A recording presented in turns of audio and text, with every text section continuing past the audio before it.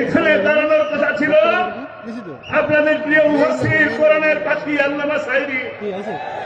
আমার ছোট ভাই বলে গেলেন 96, 2001, 2008 আল্লামা সাঈদী গাড়িপাল্লা নিয়ে এসেছিলেন। ওনার অপরাধ ছিল কোরআনের দাওয়াত দেওয়া। কোরআনের দাওয়াত দেওয়ার কারণে তিনি 13টি বছর বন্দী ছিলেন। বন্দী শুধু রাখেন নাই, তাকে বিনা অপরাধে বন্দী রেখে হাসপাতালে নিয়ে এসে তাকে হত্যা করা হয়েছে। আমরা আজকে 3 ভাই এখানে উপস্থিত আছি। আমার একটা বড় ভাইও, আমার শ্রদ্ধা বড় ভাই কোর্টের মধ্যে হার্ট অ্যাটাক করে মারা গেছেন। আল্লাহ রাব্বুল আলামিন তাকে জান্নাত নসিব করুন।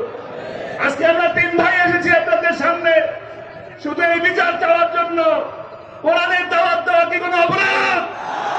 আল্লামা সাঈদী কি নির্দোষ? আল্লামা সাঈদী কি নিরপরাধ?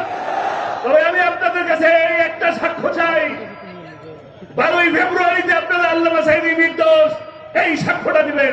রাজি আছেন? এই সাক্ষ্য দেবেন আল্লামা সাঈদীর মার্কায়। এটা আমার মার্কা নয়, এটা আল্লামা সাঈদীর মার্কা।